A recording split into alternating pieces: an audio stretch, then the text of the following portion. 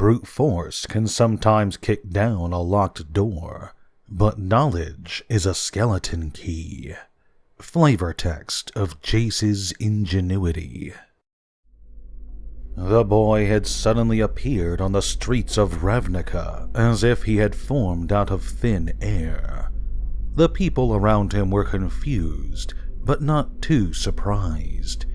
Strange things occur all the time on Ravnica, they thought.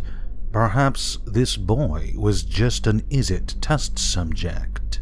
The boy in question, however, was far more confused. For one thing, he found that he could actually hear the thoughts of those around him, and for another, beyond scant details, the boy had no idea who he was or where he had come from. What he did know was that he needed help. Following information gleaned from the minds of those around him, he traveled the streets to the district of Ovitsia, to the door of the elf Emara Tandris, who was known for taking in strays.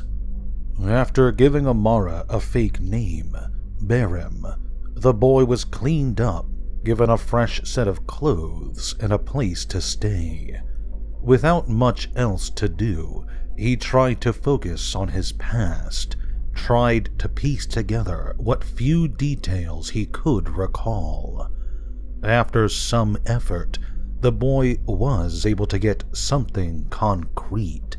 His name, Jace Beleren. Over time, Jace became accustomed to life on Ravnica. He would set out on his own, carving out a small but comfortable life for himself in the city. While he wasn't able to recall all of his memories, Jace did learn something of great importance.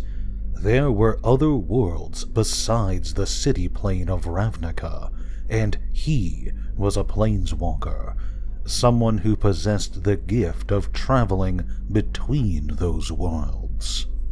Even though he did occasionally travel the multiverse, Jace was content to spend most of his time on Ravnica, thanks in part to the luxurious lifestyle he had acquired there. There were plenty of wealthy individuals across the city with secrets they'd rather not share with others, secrets they would gladly pay to keep secret. Jace, thanks to his telepathic abilities, would blackmail such individuals, lining his own pockets with easy money. His lifestyle on Ravnica was not without worries. Jace was a naturally cautious individual, giving fake names to everyone, even the people closest to him. He even went so far as to split up his wealth in different accounts, under different names, in different districts.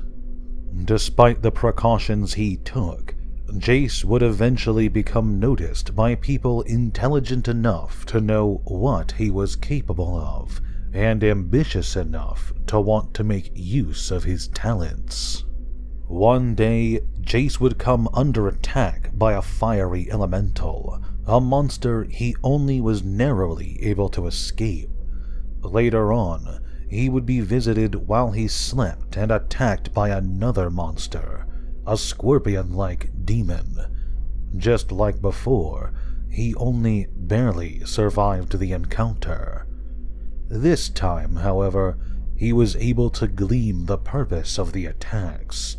They were tests performed on behalf of Tezzeret, the master of the Infinite Consortium, who wished to have Beleren join his organization. Jace met with Tezzeret, a man with a metal arm, as well as his right-hand woman, the pyromancer Baltrice, and learned what they knew of him. Tezzeret didn't just know that Jace was a telepath. He knew that Beleren was a planeswalker as well, and explained that the Infinite Consortium employed several. A skilled telepath was rare, and planeswalkers were rarer still. Having both in one package was an opportunity Tezzeret did not want to pass up. He strongly desired Jace as a subordinate. In return, he offered not only the pay that came with being a Consortium agent, but knowledge and power as well.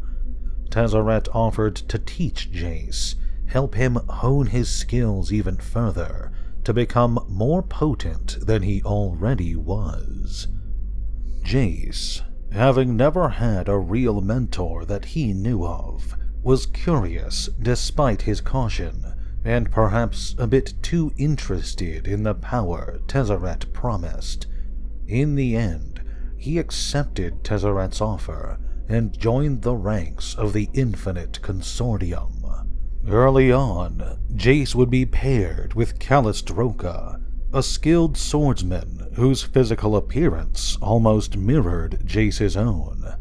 Together, the two would set out on various missions, often those of a darker sort, such as espionage and assassination. Jace did have moral objections to such work, but went along with it regardless, justifying it as necessary for his own goals. Beleren wasn't always with Callist. Some of his jobs required him to travel to other worlds, and while Callist was similar to Jace, he wasn't a planeswalker. One such interplanar assignment saw Jace hunting down a fellow planeswalker. The pyromancer Chandra Nalar had broken into the Sanctum of Stars, a museum on the plane of Kafalai, and stole the Dragon Scroll. Jace was tasked not only with retrieving the scroll, but with erasing its contents from the mind of Nalar. Jace tracked Chandra to Regatha, and the two engaged in a planeswalker duel. In the end, through illusions and trickery, Jace emerged victorious, retrieving the scroll and erasing Chandra's memories of its contents, but otherwise not harming the pyromancer. In between his missions, Jace would find himself being tutored by Tezzeret. The master of the Consortium pushed Beleren to his limits, forcing the Mind Mage to perform feats of magic he didn't even know were possible. And while Jace was glad for the lessons, for the skills he acquired, he found that Tezzeret was a harsh and demanding master, one who didn't take perceived failures lightly. One day, Jace was sent alongside Baltrice to assassinate the chief of an Izumi tribe on Kamigawa. The Consortium wanted access to the swamps the Izumi guarded for mana and resources, but the chief refused them time and again. Jace and Baltrice were sent to deal with the chief, with the promise that his son would be a better trading partner to the Consortium. The mission as a whole was a failure, thanks to faulty information, the Izumi chief killing his own son before the pair arrived, and Baltrice's own short temper, resulting in the destruction of the Izumi village. The two were just barely able to return to Ravnica with their lives, and Tezzeret was less than pleased, but placed the blame squarely on Jace, despite the entire situation being beyond the Mind Mage's control. Beleren was dealt a brutal beating by Tezzeret over this, causing Jace to think, for the first time in years, that maybe joining the Infinite Consortium was a mistake. Not long after, Jace would receive another job, this time working alongside Tezzeret himself. The master of the Consortium was to meet with a rival, the dragon Nicobolas, from whom Tezzeret had initially stolen the Infinite Consortium.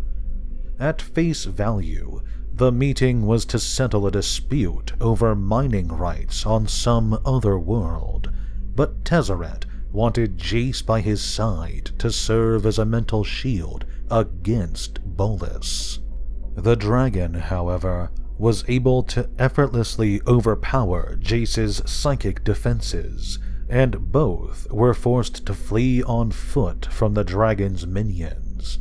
Stuck in a frigid crevasse and hounded by barbarians, the pair were only able to escape thanks to some ingenuity, but Jace did not escape unscathed, suffering frostbite and losing a toe. Back on Ravnica, Tezzeret was enraged at Jace's failure to stop Bolas, something once again beyond Jace's ability to control. Tezzeret's punishment this time was far worse than a beating, however. He took to cutting Jace's flesh with a mana blade, a weapon infused with magic that disrupted a mage's very soul. The agony Jace experienced thanks to the mana blade cemented his earlier doubts. Jace Beleren decided that it was time to leave the Infinite Consortium, but he wasn't going to leave alone. Over time, Jace had become quite close with Callist. The two were often on assignment together, trained together, and had become good friends. Jace believed that if he left the Consortium, Callist would naturally be their first target, and so Beleren convinced his friend to flee with him. Life on the run was neither easy nor comfortable for the two, especially since Jace refused to use his telepathy to make them easy money. Complicating matters even further was the appearance of Liliana Vess, another planeswalker who claimed that she too was on the run from the Consortium. Vess, an attractive woman, spent a great deal of time flirting with both Jace and Callist. In the end, Vess entered into a relationship with Beleren, and this proved to be the final straw for Callist, who departed on his own. Eventually, agents of the Infinite Consortium were able to track Jace down, and he was attacked in public, with Callist coming to his aid despite their shaky relationship. This attack convinced Jace that Ravnica was not safe, that he had to planeswalk elsewhere. But Jace didn't want to leave Callist behind, to be subjected to the Consortium's cruelty. The solution he came up with was to take Callist's own mind into his own, carrying him along to a new plane and placing his friend's mind into a new body wherever they ended up. Jace knew that Callist would never agree to this, but believed that this was for Roka's own good. And so, while Callist slept, Jace performed a spell he had never practiced before. A spell he had no real control over. A spell that went horribly wrong. When Jace awoke, his mind was in the body of Callist, and Callist's mind was in the body of Jace. Neither was aware of the change, with Jace seemingly forgetting he had even attempted to perform the spell. The two parted ways again, after Liliana seemingly broke up with Jace to be with Callist, and for 6 whole months each lived in the other's body, until one day a thug by the name of Semner managed to track down Jace, still in Callist's body, and slew him, causing the magic to undo itself, with Jace's mind returning to his body, while Callist's mind returned to his dead body. Liliana attempted to convince Jace to strike back at the Consortium for what they did to Callist, but Beleren was only willing to go so far. Together with Vess, he assaulted the Consortium's Ravnican headquarters, wiping the minds of the staff and destroying much of their resources, leaving behind a message for Tezzeret, demanding to be left alone. Tezzeret, in turn, was only enraged by Beleren's audacity and responded by sending assassins to kill several of the Mind Mage's associates, such as his banker, his favorite bartender, and even Imara Tondris, his good friend. Fortunately, Jace was able to save Imara's life and, with just a bit more prodding from Liliana, finally decided to retaliate in full against Tezzeret. First, however, the pair needed to know where to find the Master of Metal, and to that end they paid a visit to Nicol Bolas himself, seeking his aid. The dragon was able to point them in the right direction, and they set off to Tezzeret's sanctum.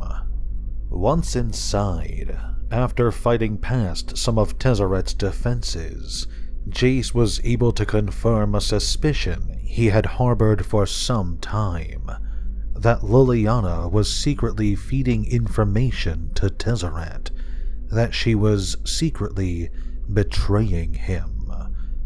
This revelation came at a poor time. Tezzeret had appeared in person. Jace, overwhelmed with rage at both Liliana's betrayal and Tezzeret's cruelty, attacked the Master of Metal with everything he had. But within his own sanctum, Tezzeret had the upper hand, and overpowered and imprisoned Beleren. For unknown days, weeks, or months, Jace was at the mercy of Baltrice's tortures, while Tezzeret worked on creating a device that could harness Beleren's mental powers while keeping him imprisoned and helpless. Liliana approached Jace in between these torture sessions, explaining that she did genuinely love him, and that she had good reason for deceiving him. Vess explained her demonic contract, how she sold her soul to 4 powerful demons in exchange for eternal youth, and that if she, or Jace, were in charge of the Consortium, they could have access to the resources necessary to help her out of the contract. Jace, for his part, wasn't fooled, and was able to piece together that the Consortium was itself just payment that Vess needed, payment to Nicol Bolas. Still, Beleren accepted Liliana's help and broke out of Tezzeret's prison, confronting the Artificer once more, leading him away to Kamigawa while Liliana handled Baltrice.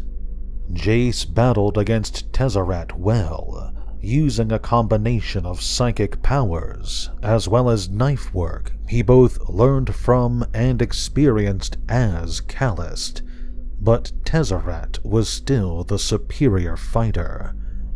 In the end, though, Beleren didn't need to overpower Tezzeret.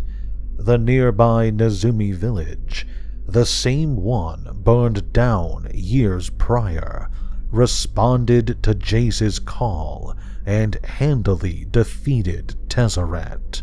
As the Master of Metal lay bound, swearing curses and revenge against Beleren, Jace reached out, gripping Tezzeret's mind. There, he found all the knowledge one would need to run the Consortium, all the power, the authority, the plans and the schemes, all of it within Jace's reach, and he let it go, choosing to abandon that knowledge, that power, as he crushed Tezzeret's mind. Under the guise of illusions, Jace checked in on Liliana back at Tezzeret's stronghold, pleased to see she was victorious, but knowing he couldn't trust her, Jace departed, with the business of the Consortium well and truly behind him. Thank you so much for watching this video. This was part 1 of a 2-part series exploring Jace Beleren's early lore. If you enjoyed, then consider subscribing, leaving a like, or sharing this video with your friends.